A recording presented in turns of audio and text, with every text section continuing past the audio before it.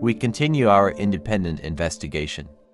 Today you will learn how Stockholm's top lawyers are openly working against justice, what the bees against honey tactic looks like at the state level, and how, right before the September elections to the Riksdag, an all-out war is declared in Swedish ministries, everyone against everyone. In short, we begin.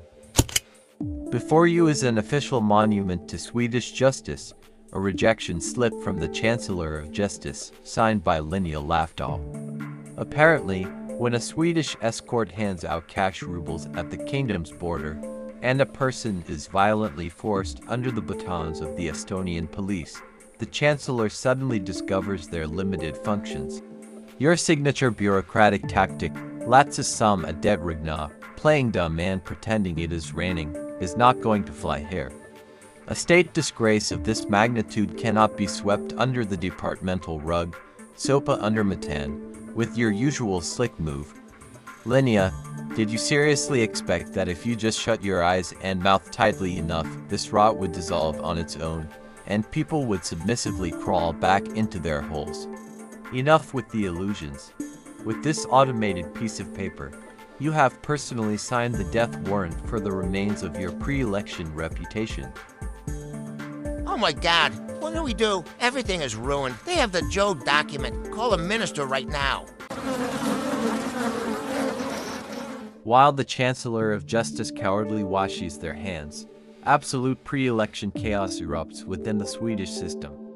The bees against honey tactic in full action. You will no longer manage to hide this disgrace behind formal instructions.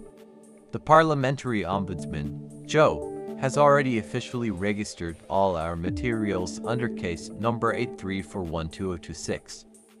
The covert charters, the forged mandates of lawyer Safarian, and the violence at the border are now permanently embedded inside the state-controlled database of Sweden.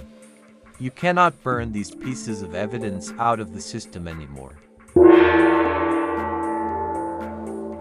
The game of pretend is officially over. Mr. Chancellor Thomas Bull, our formal response is already warming up your private server.